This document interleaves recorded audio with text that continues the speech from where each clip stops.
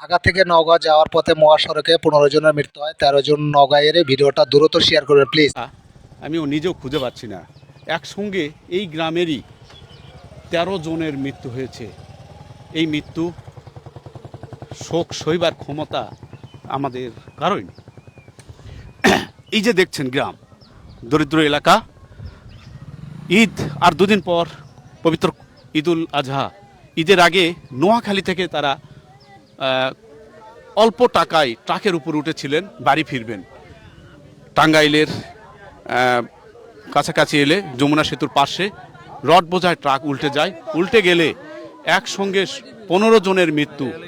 এই 15 জনের মধ্যে 13 জনের বাড়ি এই গ্রামে। এখান থেকে শুরু হয়েছে পুরো গ্রাম। আশপাশের যে গ্রামগুলো রয়েছে প্রত্যেকেরই এই গ্রাম জুড়েই এক একজনের বাড়ি। স্বজনদের আহাজারিতে একেবারে ভারী হয়ে উঠেছে এই এলাকার পরিবেশ। প্রত্যেকেই স্বজনদের এই কান্নার এই মুহূর্তে তারা দাবি